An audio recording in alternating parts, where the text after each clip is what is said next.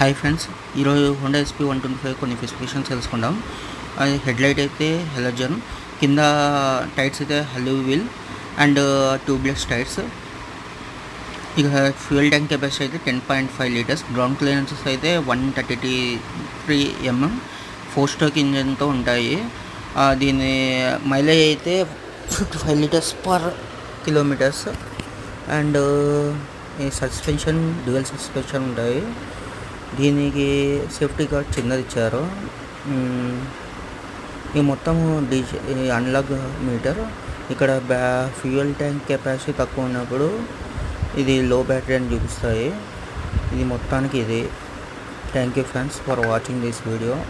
Subscribe, share, like and comment.